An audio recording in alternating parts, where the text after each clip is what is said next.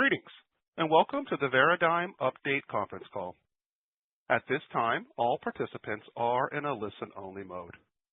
As a reminder, this conference is being recorded. I would now like to turn the call over to Jenny Gelinas, Vice President of Investor Relations. Thank you. You may begin. Thank you very much. Good morning, and welcome to the Veradigm Update Conference Call. Our speakers today are Don Trigg, Veradigm's Chief Executive Officer, and Lee Westerfield, our Interim Chief Financial Officer. We will be making a number of forward-looking statements during the presentation and Q&A part of the call. These statements are based on current expectations and involve a number of risks and uncertainties that could cause our actual results to vary materially from those reflected in the forward-looking statements. We undertake no obligation to revise these forward-looking statements in light of new information or future events. Please refer to our releases and SEC filings for more information regarding the risk factors that may affect our results. All information presented today is estimated and unaudited. We will start today's meeting with remarks from Don, followed by a financial update from Lee. And with that, I'm going to hand the call over to Don. Thank you, Jenny. Good morning. On my first investor call in October, I committed to advance 3 strategic objectives in my first 100 days. Reset our business strategy, recover our market leadership with independent physician practices, and reignite profitable growth. As we move through the first quarter, we've made progress on our work to get current and stay current on our SEC filings. Our Reset, Recover, Reignite plan is fully launched, and my belief that it can deliver clear shareholder value is stronger today than ever. The month of January was a blur, filled with internal kickoffs to frame our Reset, Recover, Reignite plan and a jam-packed calendar of external industry and client meetings. And while 2026 is still young, we can see the path to forward progress. Growth turnarounds are difficult, and they certainly don't happen overnight. But as I said to the team over the last several months, the quality of the start tells you a lot about the strength of the finish. In my first 100 days, we assessed our product portfolio, deciding directionally where we want to play and how to win. We made the decision to discontinue 6 low-revenue products this year. We also chose to allocate additional capital to a set of growth bets that represent both near-term revenue potential and long-term market opportunity. We believe this active, no-regret portfolio management is a first step to reignite profitable growth. Second, beyond what we want to deliver in 2026, we also tackled how and where we work. We returned to office in Pune, India in late October, and under the leadership of a new head of global operations, we're happy with the talent ramp there. We plan to broaden our revenue cycle services, harden an integrated global R&D function, and expand key enterprise functions. An AI-fueled global workforce is a key value lever in our growth case, and I believe that the fourth quarter saw foundational progress. We've established Pune as one of 2 key operating hubs. Raleigh, North Carolina is the other. Growing location clarity allowed us to close 3 facilities in 2025, to commit to close 2 more offices in 2026, and exit our Chicago headquarters location no later than mid-2027. Third, our leadership team is pushing to leverage what we believe is a generational technology shift around AI. Tehsin Saeed joined our team as Chief Product and Technology Officer in November, following a 4-year stint at Amazon AWS, where he was Health AI General Manager. In his first 100 days, he announced enhancements to our ambient scribe solution. We launched a new AI-enabled application for our revenue cycle services clients. We accelerated AI adoption for product development, leveraging our Science.io teammates to drive enterprise-wide impact. Our R&D organization is moving faster, and Tehsin has growing belief our pace can accelerate from here. Fourth, we used the fourth quarter to flatten our organizational design and increase decision velocity. Our new head of HR, Tally Baker, led an effort to widen manager reporting span by over 30%, and in parallel, the senior team made the difficult decision to eliminate 15% of our total workforce in 2025. These decisions are the toughest one you make as a leader, and we work very hard to be thoughtful in our approach. Finally, we framed the structure, process, and systems needed for an entrepreneurial operating system. In January, we rolled out our enterprise-wide objectives and key results. We drove those measurable goals down to the teammate level with 100% adoption in our new ERP instance that converted January 12th as part of our remediation and Project Atlas work. We're clear-eyed across 2,000 teammates on the work to be done and the potential impact we can unlock in U.S. healthcare if we deliver. Talent is the single most important requirement for our growth turnaround. One of our 5 Veradigm values is better starts with different. And we'll succeed, I believe, in the end if our rate of change inside materially exceeds the rate of change in the marketplace. In October, we conducted an internal engagement survey. We found teammates lacked an understanding of the strategic goals and objectives of the business at just 68% and had low confidence in senior leaders to deliver at just 63%. Following the company kickoff in January, confidence in our strategic direction is up 16% to 84%, and confidence in the executive team was up 18% to 81%. Internal clarity, alignment, and focus on the work to be done is rising. Now we need to deliver outcomes that matter in 2026. For all the progress on reset and recover, the ultimate success measure is, can we reignite growth at Veradigm? The starting point for our growth turnaround is getting more deeply aligned with our independent physician practice clients. If we do that, we can strengthen retention and we can drive share of wallet growth through our revenue cycle solutions. We launched integrated billing for our Practice Fusion clients in November.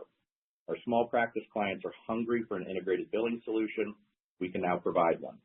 In addition, Jonathan Vipperman and team completed 9 revenue cycle services client conversions in Q4, including Pennsylvania-based Sinclair Specialty Physicians and Neurosurgical Associates. With a more aligned provider client base, we can offer payers and life sciences differentiated access to independent practices that they want to reach. When providers want to collaborate with payer and life sciences, we make it easy and frictionless to do so. Our payer business is seeing traction helping plans collaborate with physician practices to close gaps in care. Our solution displays critical care gaps within the provider's existing EHR workflow with a clear value proposition. Patients get the care they need, providers aren't asked to leave the workflow, unnecessary costs are avoided. We announced a deal with Virginia-based Centera Health Plans in the fourth quarter for our gaps in care technology, reflecting what we believe is a strong market opportunity with large health systems operating insurance plans. We also completed our channel agreement with Blue Cross and Blue Shield Association, making it easier for us to take our payer insight solution into the Blue segment this year. In December, we signed our first 2 gaps in care closure services deals, building on the momentum of our technology-only solutions. The first deal was a large Blues plan. The second contract was a major national plan with an initial scope focused on a Midwest state. Together, these 2 deals represent more than $5 million in annual contract value. Like health plans, life sciences firms see the value independent physician practices can deliver. Veradigm can offer differentiated real-world data, leveraging one of the largest and most geographically representative ambulatory data sets. We also can provide a platform for digital ads to promote appropriate prescribing and adherence as the provider and patient create the right care plan. In the fourth quarter, the life sciences business closed 2 deals with a total contract value greater than $1 million. In addition, we finalized and in recent days launched a new solution to help life sciences firms leverage patient-reported survey data for clinical and observational research. These fourth quarter outcomes show our potential, but 2026 is a critical proving ground for our first phase of full-year growth changes. 20% of our reps are new to start the year. Sales territories and comp plans were communicated in January at our Reignite kickoff, and our new revenue operations organization has launched. Troy Tesloff joined us to lead the RevOps org following a 5-year stint as Chief Executive Officer of a customer relations management business and more than a decade of healthcare IT operating experience. With new internal systems rolling out, timing is right to systematize our sales enablement and operations, and we're down a path to do just that. Finally, I want to update you on our commitment to get current, stay current on our SEC filings. In January, we went live on the core components of our new systems infrastructure, which we call Project Atlas. Improved data integrity and contract standardization tied to remediation is one key goal. Our internal accounting team and auditor BDO are also moving with the right balance of accuracy and pace to make progress on our SEC filings. Based on the information we have today, we anticipate the next update you will receive from us will be the filing of our 2023-2024 Super K. Both the Atlas Go Lives and Super K are important milestones on our Get Current, Stay Current plan. Our team is working shoulder to shoulder with BDO. We understand the critical importance of this work, and we are making steady progress. During the October investor call, I noted every company like Veradigm has chapters. As a long-time healthcare IT veteran, the Veradigm book is one that I've read and studied for a decade. Now the senior team and I have an opportunity to add a set of positive chapters to the story. We think our market opportunity is a large one. The entrepreneurial push of earlier leaders built a client base of independent physician practices that would take years for a startup to replicate. We have almost 100 health plan clients, and our real-world data offers a differentiated view into Main Street health. Amid the crisis of healthcare affordability, data and technology are the single biggest lever to solve it. 2026 will be a determining year for us. Reset, recover, reignite. We'll lay the foundation for higher growth. We'll begin to improve gross retention. We'll see tangible steps towards stronger profitability.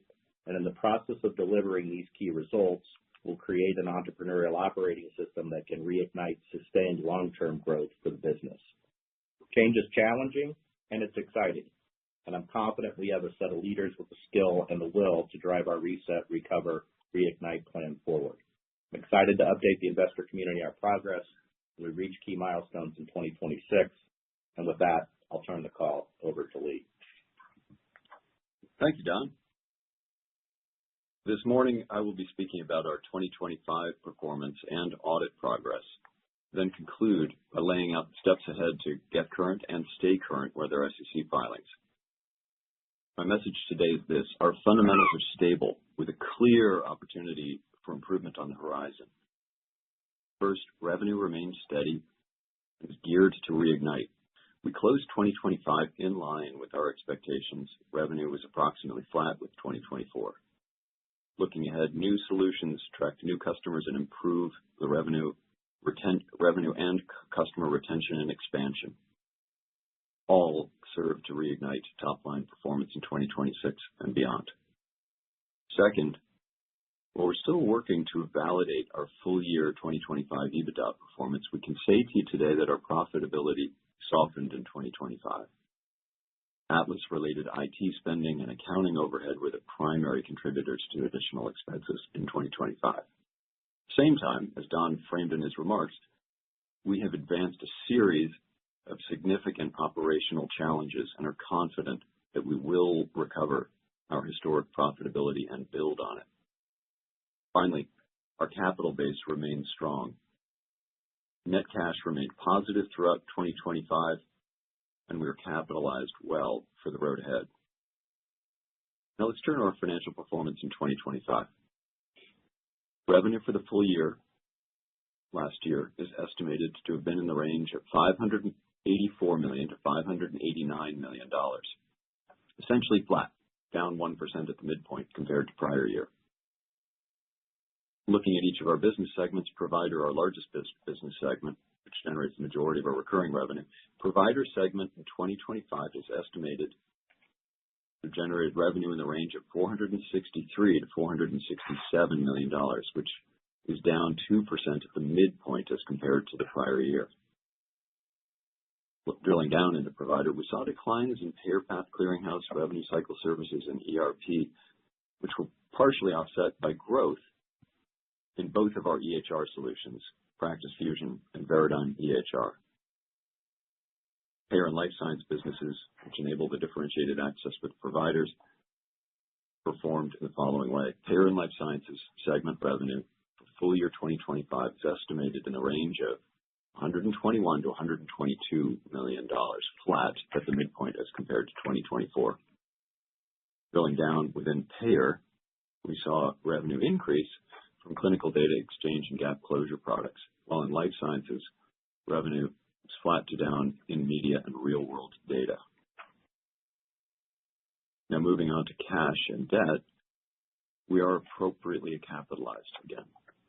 We remain net cash positive. As of year-end 2025, debt stood at $75 million, which consisted solely of our senior secured loan. Cash was $120 million. Now, cash decreased by $174 million during 2025. The change in cash stems from several typical and non-typical sources and uses, which I will walk you through. First, non-typical items resulted in net outflows of $204 million, and these arose from four areas. One, a net outflow for debt financing activities of $159 million. Primarily, that was the repurchase of the convertible notes in the third quarter, offset by the issuance of new senior secured debt in mid-year. Two, an outflow for prior acquisitions of $14 million. Three, a net inflow from investing of $31 million from the sale of private minority investments. Fourth, an outflow for non-typical transaction and other expense items, which totaled $62 million. Now, these activities, which we've discussed in the past, these include severance, legal fees, professional consulting and accounting fees, again, non-typical. And importantly, looking ahead, the large amount of legal and accounting professional fees of the recent past in 2024 and 2025 are expected to wind down in the near future. Second, about typical activities. Typical activities, they generated cash. Net inflows of $30 million in 2025, which arose from two areas.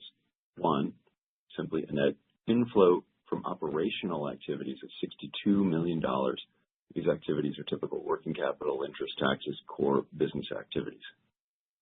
Two, an outflow of CapEx. CapEx was $32 million, mainly for software development. Moving on to our share count. As of December 31, 2025, the company had 108.8 million basic shares of common stock outstanding. In addition, there were 11.6 million unvested restricted stock units issued to incentivize employees.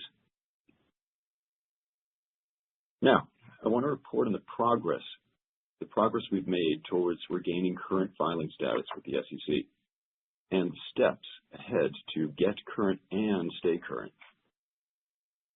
Work on the audit of 2023 and 2024 continues and is well along its path. We're moving ahead with the right balance of accuracy and pace. BDO continues to be actively engaged with me and our accounting team, as Don says, shoulder to shoulder. We anticipate, as Don also mentioned, our next update will mark a major event, the filing of our 2023-2024 annual 10Ks, a Super K. Modernizing our IT systems is critical and is well underway.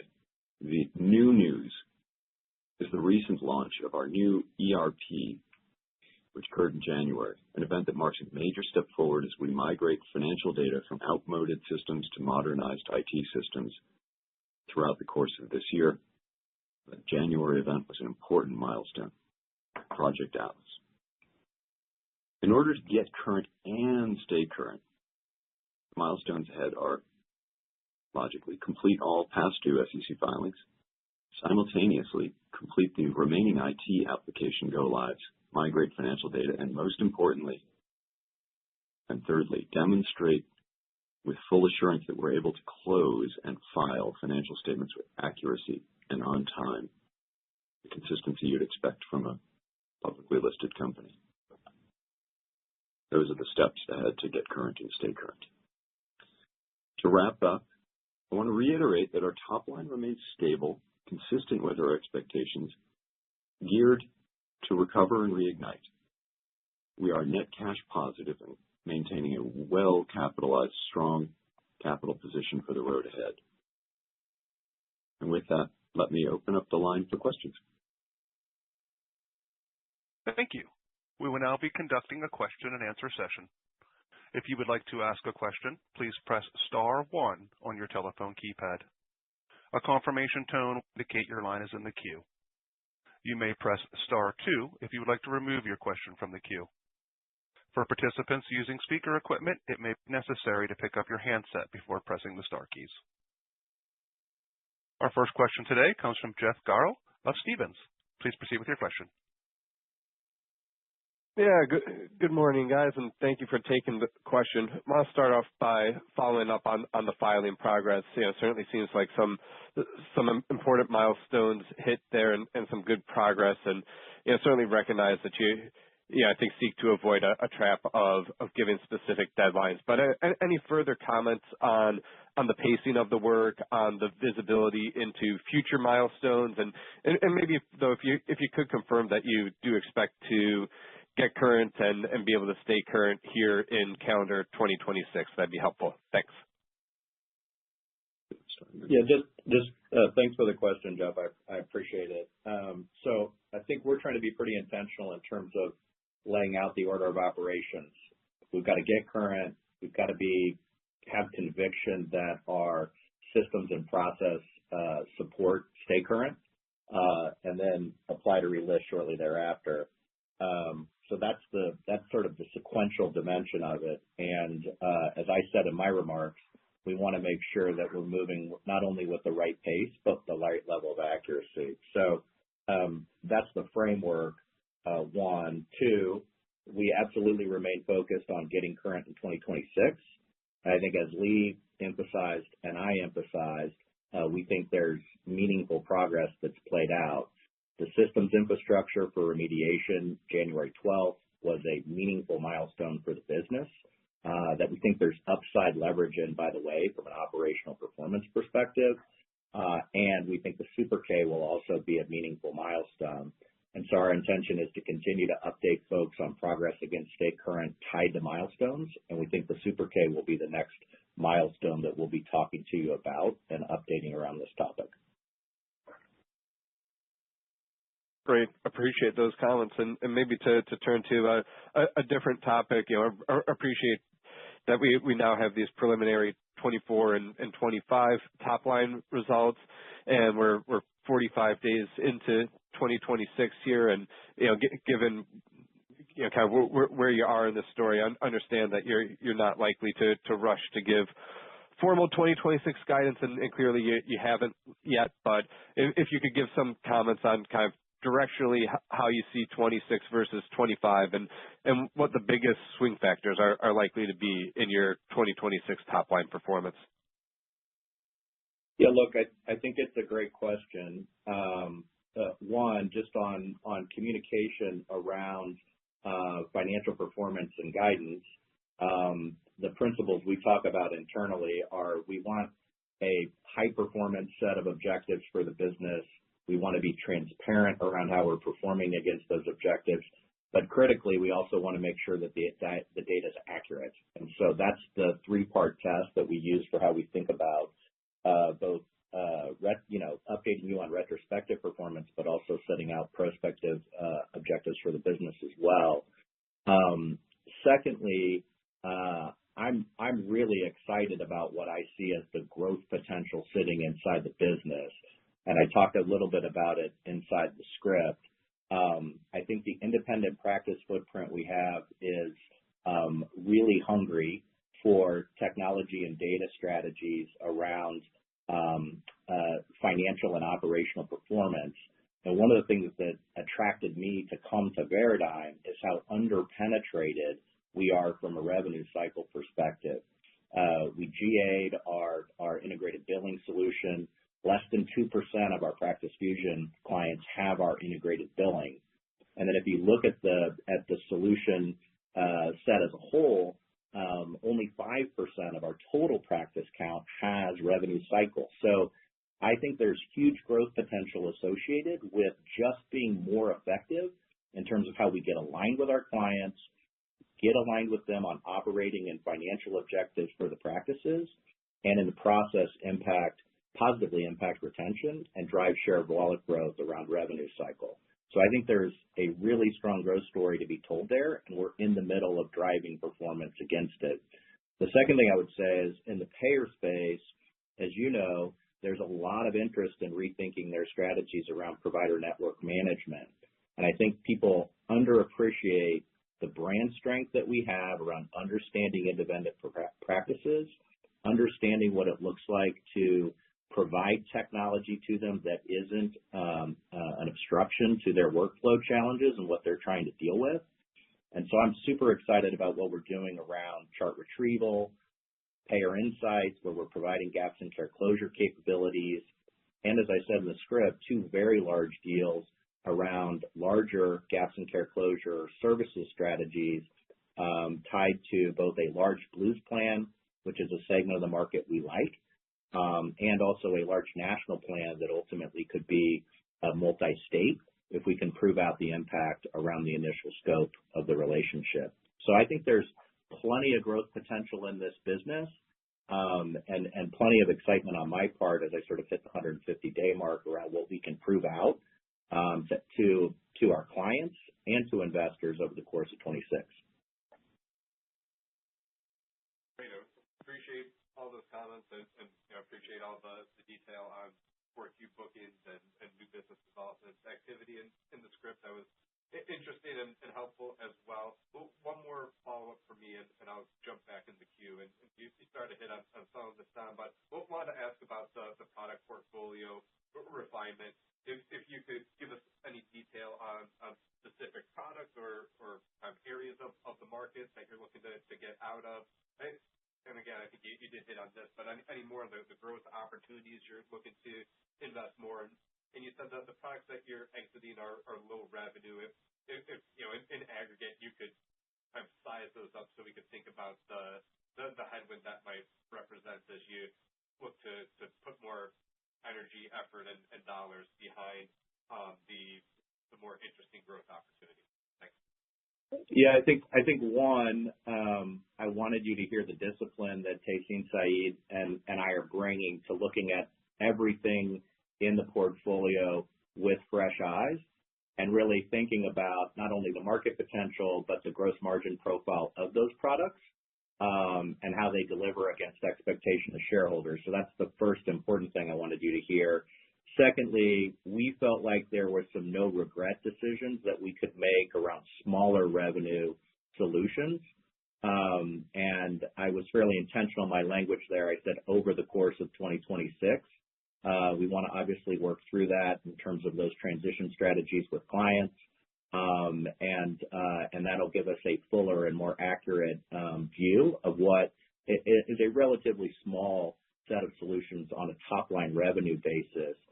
Part of what we thought was important there was establishing a process with the company around how we're going to think about capital allocation against products, and it gave us the oxygen to still make the kind of progress that we wanted to make around strength and profitability, but also make some targeted investments in 6 solution areas that we think are so-called growth bets in the language we use internally that have near-term revenue potential but sit in market areas that we really like. Understood. Appreciate that context. Yeah, thanks again for taking the questions. I'll have it back in the queue. Yeah. Great questions. Thank you so much. This question is from George Hill of Deutsche Bank. Please proceed with your question. Yep. Good morning, Don and Lee, and thanks for taking the question. I guess, Lee, my first one would be for you is that as we think about the revenue information that you guys provided from 24 through 25, are you able to unpack the moving pieces at all? Like how should we think about, I guess, like practice losses or practice churn, pricing versus volume, how much of the revenue is subscription-based versus volume-based? And that's kind of my way of trying to reverse engineer Jeff's question for how should we be thinking about 26. And I guess kind of like any information you can give us on the KPIs of the business, I think would be helpful if you have them. Certainly, George, and I appreciate the question. So I'd unpack it qualitatively for you and also say that, as Don's mentioned today, our next milestone, the Super K, will presumably have a significant amount more financial information to discuss that day. Today's strategy discussions are the emphasis. But to unpack 2025, I would say the following 3 things. Number one, our retention improved at VEHR. That's an important shift in the wind. 2, there were no surprises in Practice Fusion's retention, so consistent. 3, there were puts and takes, I would say, among the various additional revenue stream areas that we have in the provider business that ultimately netted out to a modest 2% decline, as mentioned. And the important point I would now emphasize is that several of the growth initiatives and retention initiatives that Don outlined have clear potential to modestly reverse and improve the direction of growth within those additional revenue streams. One of the things Don just mentioned is that there's, for example, mid-single digit penetration of some revenue cycle products within our base of EHR. There's room to expand that penetration within the base. So that's a signal for the areas of emphasis in our growth. And so those are the three things I've emphasized at this point, qualitatively. Okay, and Don, if I could follow up with a strategic question for you. For sure. I'll ask you the obligatory thematic AI question, which is I would just love to hear your thinking about the application of AI into the client base, given it's kind of roiling the markets and kind of roiling every software company that exists right now. I guess I'd love to hear how you think about it thematically and strategically and where you see the opportunities. I love that question. Thanks a ton for that, George. One, just to emphasize, we see it as a generational technology shift. So, one of the things that I talked about even before I started was, would this be something exciting for Tayseen Saeed and I to jump into and really try to create something differentiated? And as you know, he was in the middle of that work at Amazon AWS, and part of the attraction was, rather than enabling other clients' strategies, what would it look like for us to get in the middle of this and actually put the technology to work and the strategy to work here? So we're both super energized by that. That's a big piece of how we think about the long-term potential of the business.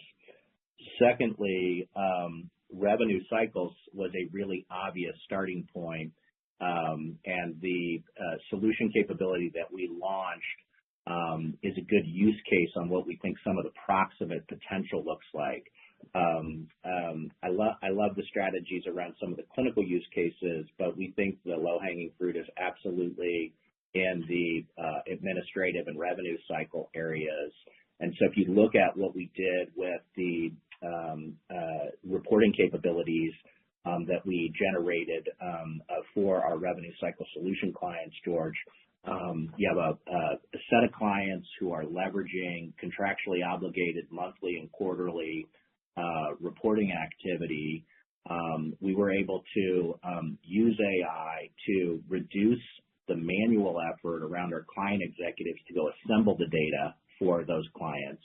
We were able to create better BI and narrative capabilities around how they consume the information for a lot less cognitive load and therefore better change management adoption.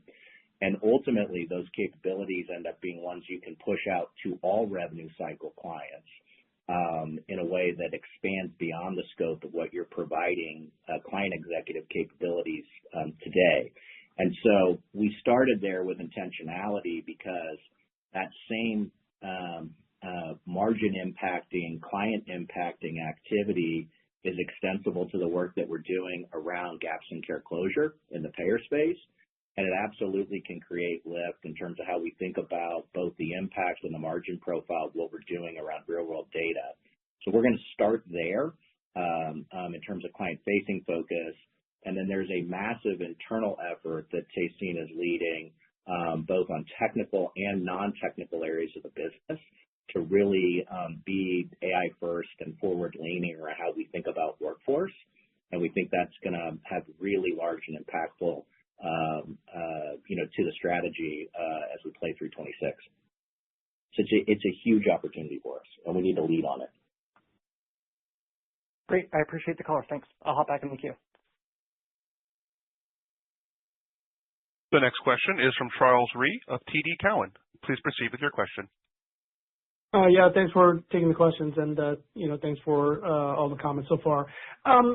Maybe going back just logistically, if you think about the sequence of events that we're now expecting, Lee, I think you talked about, and Don, you talked about 23 and 24 work for filings. Do those have to come in sequence before 25 can be filed? and obviously we're already now into 26. Maybe just give us a little bit better sense on how we should think about the sequence of those things, and then once, like how far into do we have to be current on the beginning of 26 here as well before we are allowed to relist? And what's the time gap between that before, let's say, being current on, let's say, first quarter of 26, then you're allowed to sort of apply for relisting? Sure, Charles. I appreciate the question a lot. I'd say there's a basic logic to the answer to the question you just outlined. So annuals need to occur in sequence. We're undertaking, as you know, the 2023 and 2024 audits in tandem as a Super K. Of course, that occurs first before one begins and then executes on the audit and filing of the 2025 10K. And for periods during so that's the sequence, of course.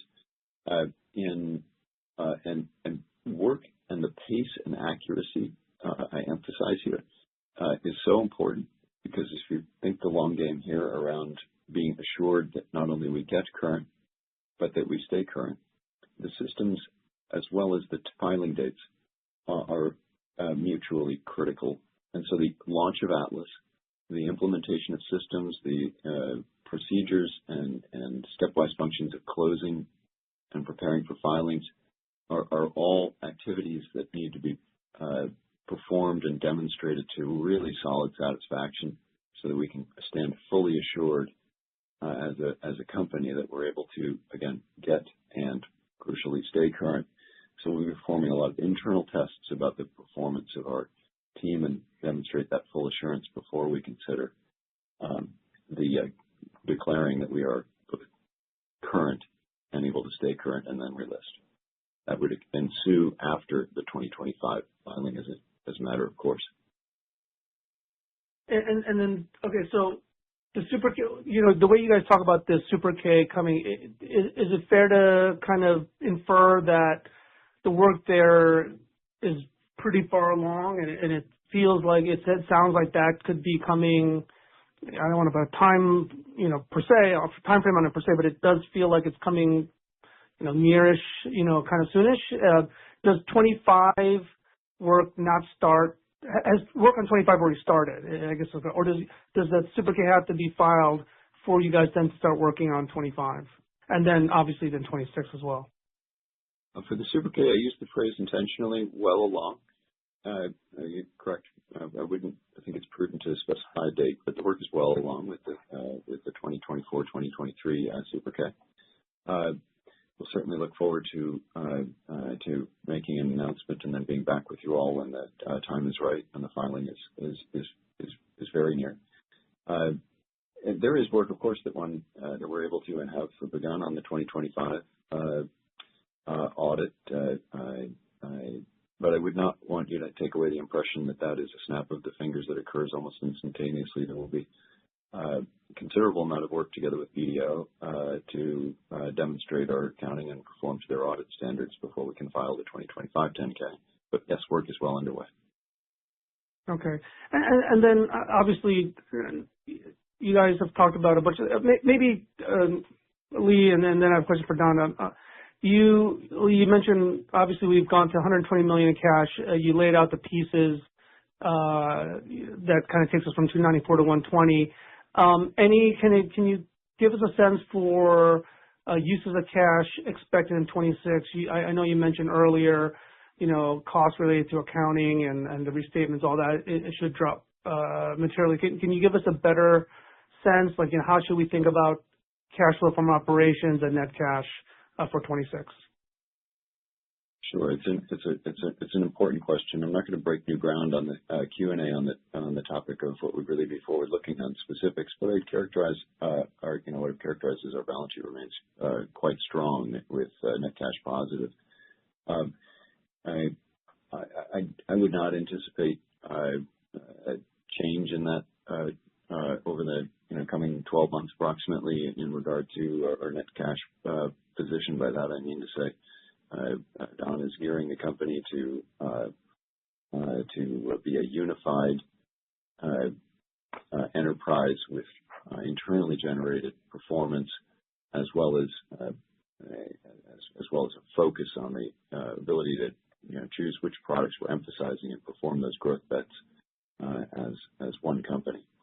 And so I want to speak about 2026's outlook and the use of cash as towards internal functions, as well as amplifying margin performance. Yeah, I think the only thing I would say just to amplify on that is, there was a historic orientation to the company around, being a holding company as opposed to an operating company. And so one of the big shifts you heard me articulate in my script is we aren't going to be having a holding company orientation. We're going to actually run and operate the business with a clear eye towards organic growth and market impact. Two, the areas of emphasis and this really speaks to the question around portfolio management, is around areas that anchor to the strength of our independent practice footprint. So we want to drive alignment with those practices. We see a big opportunity around revenue cycle, given how underpenetrated it is inside our base. We see big opportunities around provider network management and helping health plans work through the rethink that's playing out around their strategies there nationally. And then we're looking for targeted and higher margin opportunities in the life sciences space. You obviously have seen the announcements that we've made around survey activity tethered to our technology, which we call Follow My Health. And we also think there's some interesting opportunities in the digital ad space with a growth margin profile we really like, that we think can be part of how you impact and drive scripting and adherence appropriately tied to that provider-patient relationship. So those are the areas of emphasis and those growth bets that I talked about. And we think all of those things end up having big and important impact on financial performance as we play through 26. I appreciate that, Donna. And maybe one question for you then directly, and to follow up on George's question. If we think about the moving pieces, maybe just more directly, what is the current sort of retention rate in the provider business? Because down 2%, but you assume there's some annual price escalators in contracts, plus, obviously you're doing well, at least cross-selling rev cycle management. You kind of net that out. It feels like retention is, maybe at best 90%, maybe a little bit lower. Just trying to understand where you are there and sort of what you're targeting, because it sounds like you've put in a lot of initiatives and, to push back towards improving that metric. Just maybe let us know where you are there and, how you see that kind of playing out over the next couple of years. Yeah. So one, as I say to the team, we can't have an organic growth strategy when we're seeing churn in our install base. So the starting point for success around the growth case is deeper and better alignment with our independent practice footprint. As Lee said, we actually saw some nice trajectory last year around how we thought about the license footprint, the number of license. And so I think the independent practice footprint is stable and in good repair. We can do better. And if you were to get into the details of the OKRs that we rolled out to the company over the course of January, you would see initiatives across multiple areas. I want to show up better from a client management perspective, really getting aligned with the business strategies of our clients, particularly large strategic aggregators of physician practices who are multi-specialty, multi-state. So that's a particular area of emphasis. There's a set of things we can do better non-technically around things like billing and invoicing. And so we have initiatives that we're playing forward there, as well as a set of things that we need to do better from a systems infrastructure perspective. So there's a whole set of things separate and distinct from the product roadmaps that Taysin is advancing that are a big focal point for how we drive gross retention improvement year over year. But I think off a solid base that I feel like we can build off from here. Okay, I really appreciate that. Thanks. The next question is from Eric Percher of Nephron Research. Please proceed with your question. Thank you. Appreciate all of the commentary, and particularly the non-typical versus typical on cash flow. I want to focus there for a moment. But can you help me on the legal and consulting cost? Was the comment you made that you're beginning to see a wind down, or that you're looking toward wind down as we progress through the year?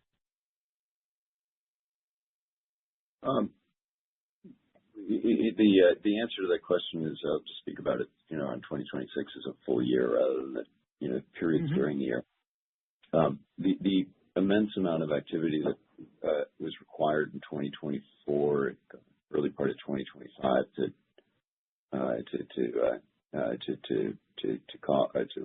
ultimately yield to the filing of this restated 2022 was a high mountain of expenses that were non-typical. The 2023 and 2024 combination of audit work is a shorter mountain. And so as you get into 2026, we have to catch up and do 2025's audit, as well as the work in the queues in 2026 and some additional work for the Project Atlas data migrations and so forth, that ultimately are important, very important for our ability to stay current. All of those activities are less than in the past. Work towards the restatement and more recent work on that 2023-2024 K. So that's what I mean by winding down. Got it. Thank you. And then turning to the typical cash flow, when we think about the goals that you have for the product and some of the commentary that we just heard on staying close to the client, would you view the last year or two as a period of investment when it comes to capital expense and what's been allocated? Is there a decline from where we have been, or have you been constrained on the cash side and there's a desire to expand as the business performs? You want to go first, Smith?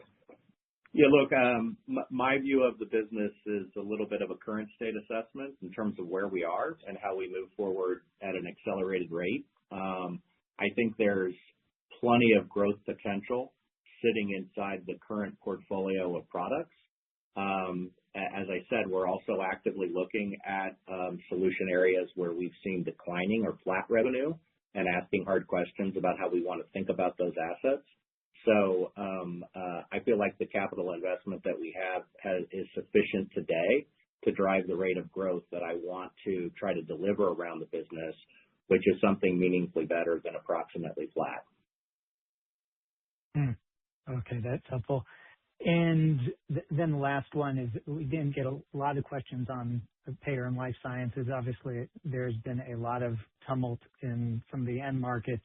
Do you view the opportunity here as impacted by what has gone on at a macro level, or do you feel like the opportunities are such that you can make your own weather? Well, I don't think you ever make your own weather. I think the best way to build a business is to think about what's playing out at the macro market level and how you impact it. My view of it is that when I look at the problem set that is challenging these end markets, it creates a significant opportunity for us. So health plans are struggling with cost trend and MLR, and they're looking to independent physician practices as a big piece of how they go control that cost trend. So that's a big opportunity for us as they rethink their provider network management strategies so that they're less dependent on large health systems who have consolidated and are high-cost providers in the markets where they're managing member lives.